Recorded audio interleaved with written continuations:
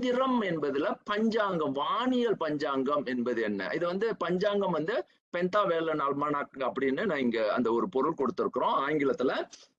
Astronomical பென்தடிக் science சொன்னாலும் இது பொருந்தும்.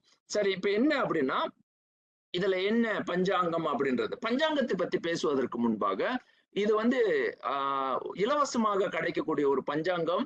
இது வந்து அரசாங்கத்தால், இந்திய அரசாங்கத்தால் வெளியிடப்படும் ஒரு பஞ்சாங்கம், பொசிஷனல் அஸ்ட்ரானமி சென்டர். இது வந்து என்ன செய்யறாங்கன்னா வானியல் குறிப்புகளை மிக மிக துல்லியமாக கணிதம் செய்யப்பட்ட ஒரு பஞ்சாங்கம் இருக்கு.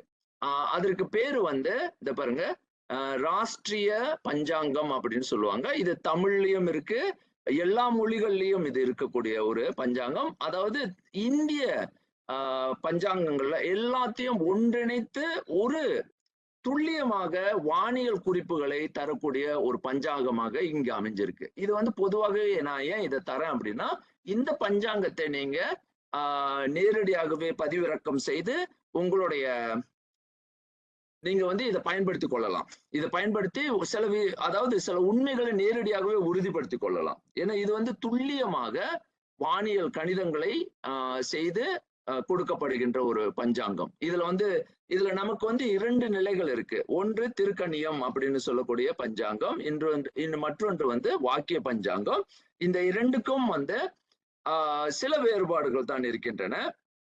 திருக்கணியம் அப்படின்றது இன்றைய தற்கால மாற்றங்களை வந்து உள்ளே உள்வாங்கி எழுதப்படும் ஒரு பஞ்சாங்கமாக அமைகின்றது. இன்னொன்று வாக்கிய பஞ்சாங்கம் காலமாக பின்பற்றப்படும் சில உண்மைகளோட வேறுபடுகின்றது. இப்ப வந்து நம்ம வந்து பஞ்சாங்கத்தை வந்து ஆய்வு செய்வது நம்மளுடைய நோக்கம். அதாவது எவ்வாறு பல வேறுபட்ட அந்த பஞ்சாங்கங்களை பற்றிய குறிப்புகளை நாம் இங்க ஆராய்வு செய்யல. இங்க ஆய்வு செய்யற நோக்கம் அதல்ல. பஞ்சாங்கத்தினுடைய வரம்புகள் என்ன அப்படின்றத நம்ம சிந்திக்க போறோம். நம்மளுடைய அணுகுமுறை சில மாறுபட்டு இருக்கும்.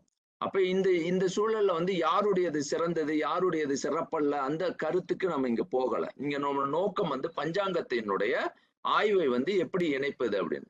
சரி, முதல்ல பஞ்சாங்கம் என்பது 5 அங்கங்களை கொண்டது அப்படின்றத நம்ம புரிந்துட்டோம். பஞ்ச அங்கம் அப்படின்றத நம்ம புரிந்து கொண்டோம். அப்ப பஞ்ச அங்கம்னா 5 அதாவது 5 அங்கங்களாக 5 நிலைகள்ல வடிவுகளாக அது வெளிப்பட்டு நிற்கின்றது.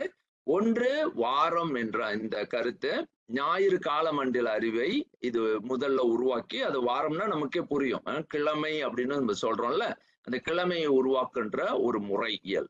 அதுல வந்து ராசி நட்சத்திர கூட்டங்களின் வெளிப்படையான சூரியன் அமைந்திருக்கும் நிலையை நாம வந்து பாக்குறோம். இந்த நட்சத்திர கூட்டங்களையும் அந்த சூரியன் அமைந்திருக்கும் நிலையையும் இதுல வந்து கணித்து இதை எப்படி செய்கின்றார்கள் அப்படின்ற ஒரு மிக நுட்பமான அறிவியல்.